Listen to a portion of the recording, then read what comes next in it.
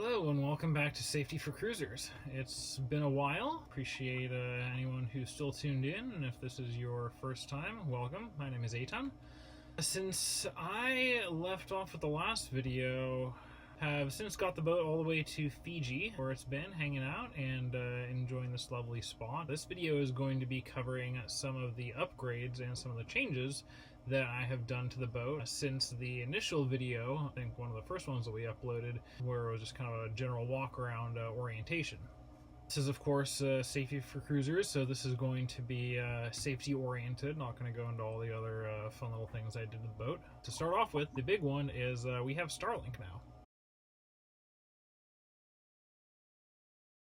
So I did the DC conversion, disabled the motors, and it has been working like an absolute charm. During the initial satellite communication video, I kind of ranted a little bit about the Iridium Go and the trouble you have downloading weather and everything, and it was right before Starlink went live in some parts of the Pacific. It's now live all across the Pacific, and man, what a game changer.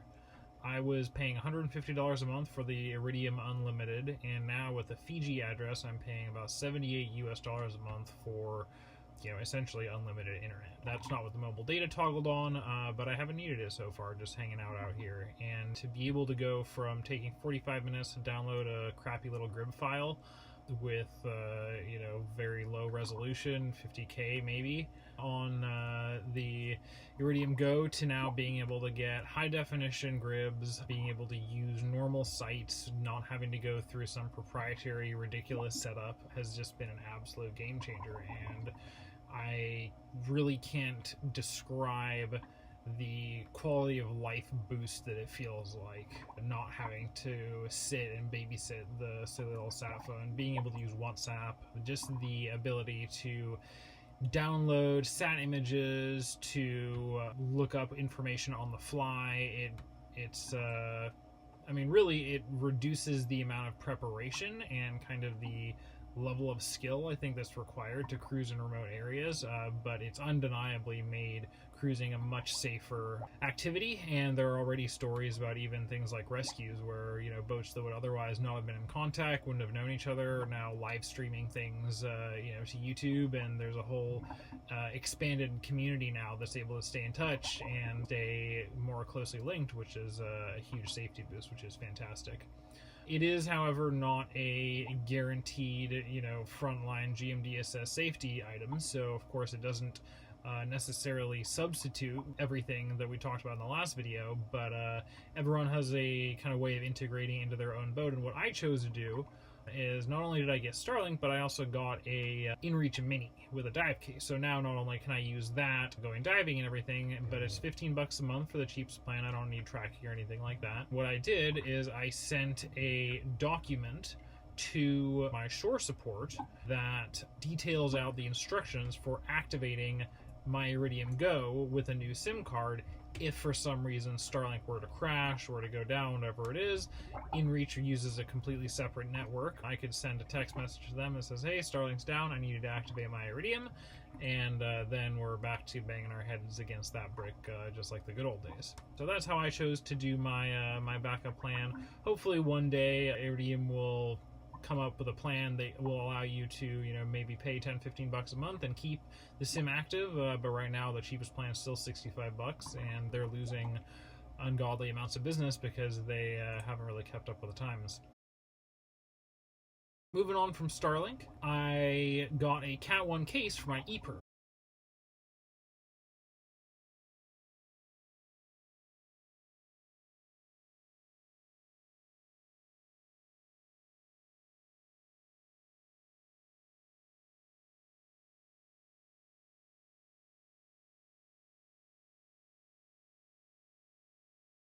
I also upgraded my ePerb from a V4 to a V6, I believe it is.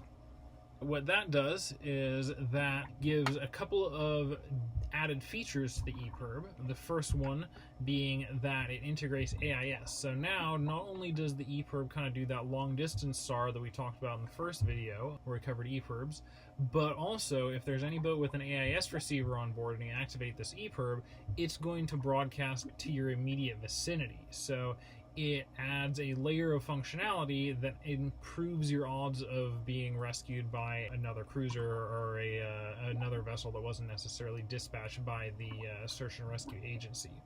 On top of that, it has NFC compatibility, which is really cool because now I can pull my phone up with the app and I can click and I can see when the last test was done, what the results of that test were. I'll put a little screenshot of what that looks like here. It's a great new device. The reason I upgraded that is that my EPIRB went off randomly. I've got a video of that. It was snugly in its case, my old one, and it just randomly triggered. I got an email from the marina I was staying in say, hey, there's an EPIRB going off. This is the ID number. I looked at it and it looked familiar. I double checked with my registration and it was indeed mine.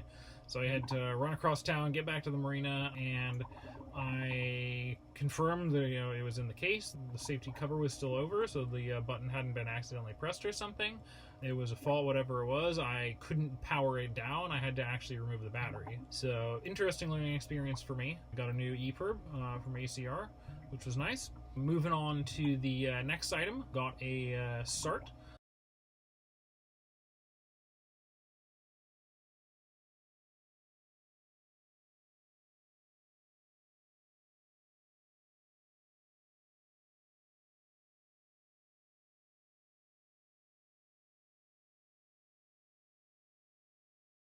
It's an old one. Battery doesn't have much time left before it's officially out of service, but it was free. It's just one more thing to have. I was going to get recycled otherwise, so I opted to adopt it, and now it's on board with me. The next layer is going to be some stuff for passage making, and that is that I have a iPad and a radio in my cabin where I sleep. So I have a little mount and I can mirror the chart plotter down below so I can see it, and I also have a radio. So we discussed in my PFD video as well as several others that when we're doing passages we always have the personal watch has a VHF clip to them, so if they were to go overboard they could press that emergency or even just key up and make a mayday call. And now with a VHF in my cabin, even if the motor's running or if it's super noisy, they radio right next to my head, I'd wake up and I'd be able to hear that and come up and address whatever situation was going on. Kind of on that same passage making theme, we added AIS man overboard beacons to our PFDs. So it's a automatically deployed device. Maybe I'll do a separate video on those, but it's a device and it sends a DSC alert to your radio, which we covered in our radios video. Also an AIS alert to any AIS compatible devices like we have on board here. So the chart plotter would automatically receive that and mark that location, which is just one more layer of enhanced safety, and it also includes a strobe, which is just one more fun little thing there.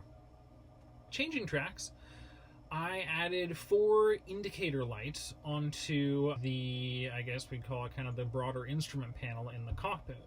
2 of them are for bilge pumps, one primary, one backup.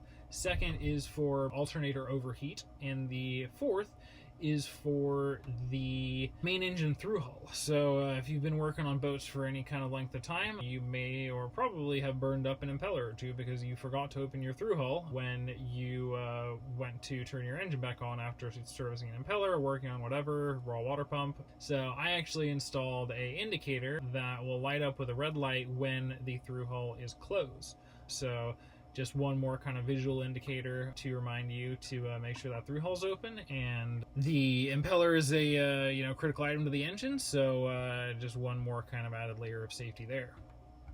Moving on to some more man overboard things, I upgraded from a horseshoe buoy on the port side, and there's now an inflatable Dan buoy which comes with a light. It's a single-use item. It's just like a PFD. Once that CO2 cartridge goes, you have to replace it, but it's got much more visibility and much more expanded capabilities than just that simple Dan buoy, which now lives on our starboard side. And instead of the small little ACR light, it now has a big floating, a much more commercial grade light that went with it.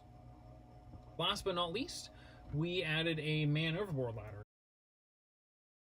I was thinking about it and I realized that even though the boat is relatively small and easy to climb up onto, even with the ladder stowed and everything kind of in passage making mode.